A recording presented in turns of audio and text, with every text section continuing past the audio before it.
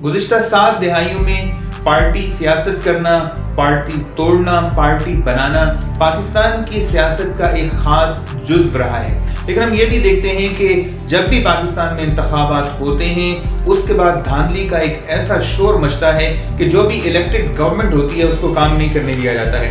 ہم اپنی سیریز میں نظر ڈالیں گے ایسے تمام اتحادوں پر جو پاکستان کی گورنمنٹس کے خلاف اپوزیشن جماعتوں کے اتحاد بنے، خواہ وہ فوجی حکومتوں کے خلاف تھے، خواہ وہ الیکٹڈ حکومتوں کے خلاف تھے۔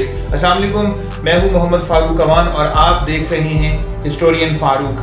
آج کے پروگرام میں ہم بات کریں گے پاکستان کی تاریخ کا پہلا سیاسی اتحاد، اپوزیشن کی سیاسی جماعتوں کا اتحاد، اس کے اوپر بات کریں گے۔ جیسے کہ آپ جانتے ہیں کہ 1958 میں جنرل ایوب نے جب 1958 میں اقتدار پر قبضہ کیا تو 1958 سے لے کے 1964 تک تو ان کے معاملات بالکل ٹھیک چلتے رہے۔ لیکن یہ بات ہے 1964 کی، جب پاکستان کی پہلی فوجی حکمرانی کے خلاف مشترکہ اپوزیشن جماعتوں نے 5 جماعتوں نے ایک اتحاد قائم کیا۔ یہ ایک غیر معمولی اتحاد تھا جس میں دائیں، بائیں اور مذہبی بازو سے تعلق رکھنے والی جماعتیں شامل تھی۔ اگر ہم بات کریں تو اس میں پاکستان مسلم لیگ کونسل جس کے رہنما عبدالقیوم خان صاحب تھے، اس کے بعد شیخ مجیب الرحمان کی سربراہی میں عوامی لیگ اور نیشنل عوامی پارٹی کے 2 دھڑے، مولانا بشانی کی سربراہی میں اور عبدالولی خان صاحب، جی ہاں، اسفند ولی خان کے جو والد تھے ان کی سربراہی میں، اور جماعت اسلامی، یہ سارے کے سارے دھڑے اس اپوزیشن اتحاد میں شامل تھے جس کو COP کا نام دیا گیا۔ پاکستان کی تاریخ میں سب سے پہلا جو اتحاد بنا اس طرح سے کسی بھی حکمرانی کے خلاف اپوزیشن کی جماعتوں کا جو اتحاد بنا وہ 1964 میں قائم ہوا۔ یہ 5 جماعتیں اس اتحاد کی بانی تھیں۔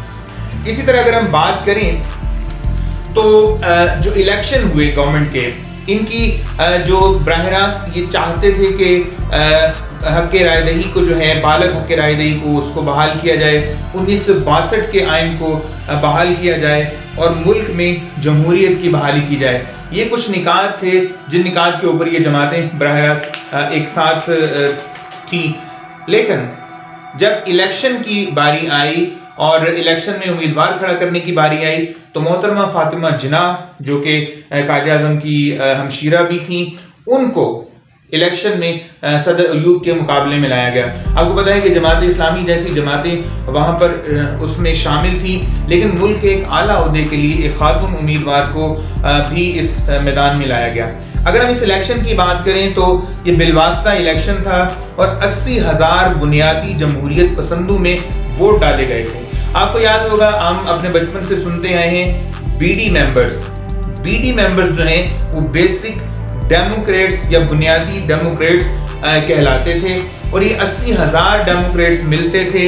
ان کے یہ شہری اور علاقائی یعنی جو ولیج ہیں، دیہات ہیں، ان کونسلوں کے بھی ممبر ہوتے تھے، اور یہی ممبر مل کر صدارتی انتخاب کے لیے اور اسمبلی انتخاب کے لیے رہنمائی کرتے تھے۔ تو جو BD ممبر کا کانسیپٹ ہے وہ صدر ایوب کے دور میں دیا گیا۔ بہرحال ان الیکشن میں بانی پاکستان کی بہن کو غیر ملکی ایجنٹ بھی کہا گیا۔ تاہم جنرل ایوب نے 2 جنوری 1965 کو ہونے والے انتخابات میں بڑے پیمانے پر دھاندلی کے الزامات کی زد میں اور درمیان کامیابی حاصل کی۔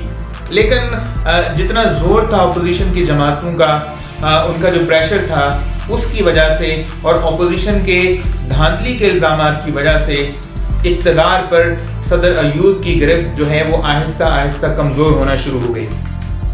ٹھیک 2 سال بعد یعنی 1967 میں انہی 5 جو اپوزیشن کی جماعتیں تھیں یہ ایک دفعہ پھر ایک ساتھ ملتی ہیں اور ایک گروپ تشکیل دیا جاتا ہے جس کا نام رکھا جاتا ہے پاکستان جمہوری تحریک، تاکہ جمہوریت کی بحالی کے لیے جو جدوجہد شروع کی گئی تھی اس کو جاری رکھا جا سکے۔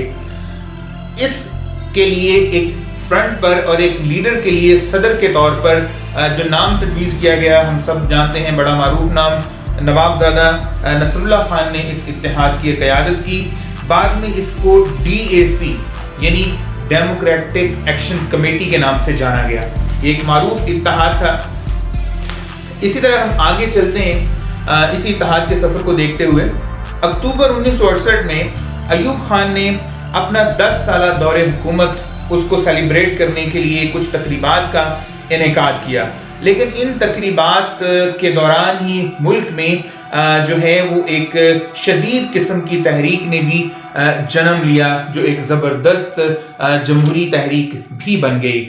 اس کے بعد یہ صورتحال جب مقامی حکام کے کنٹرول سے باہر ہوتی ہے تو ملک کے بڑے حصوں میں کرفیو بھی لگانا پڑتا ہے۔ فروری 1969 میں ایوب خان نے بہت سارے جو سیاسی قیدی تھے ان کو رہا بھی کیا اور جو جماعتیں تھیں ان سے مذاکرات بھی کیے، لیکن اس سارے عرصے کے دوران جو ملک میں ایک لہر اٹھی احتجاج کی، صدر ایوب اپنے جو ان کے آرمی کے جرنیل ہیں ان کا اعتماد کھو چکے تھے اور بالآخر جنرل یحییٰ خان نے ان سے اقتدار لے کر اقتدار کی بھاگ دوڑ سنبھالی۔ 1962 کا آئین جو ہے اس کو دوبارہ منسوخ کر دیا گیا۔ نئے فوجی حکمران نے قومی اسمبلی میں بالغوں کی حق رائے دہی کی بنیاد پر انتخابات کرانے کا وعدہ کیا اور جو نیا آئین تشکیل بھی دے گا اس چیز کا بھی وعدہ کیا۔ انہوں نے ڈی اے سی اور دیگر مرکزی ادارے میں جتنی بھی جماعتیں تھیں ان کی جو قیادت یا ان کے کوئی ورکرز جو زیر حراست تھے ان کو بھی فوری طور پر رہا بھی کیا اور ان رہنماؤں کے ساتھ بات چیت بھی کی۔ اس طرح اپوزیشن اتحاد نے اور بھی بہت سارے مطالبات کیے، لیکن ان میں سر فہرست جو مطالبہ تھا وہ جمہوریت کی بحالی کا تھا اور انتخابات کرانے کا مطالبہ تھا۔ یحییٰ حکومت نے ڈی اے سی کے مطالبات پر اتفاق کیا، تاہم حزب اختلاف کے لیے یہ حزب اختلاف کے اتحاد کے لیے شاید ہی یہ مکمل فتح تھی۔ اپنا بہت سارا خیال رکھیے گا۔ اپنی اگلی ایپیسوڈ میں ہم ایک نئے اتحاد کے بارے میں بات کریں گے۔ السلام علیکم۔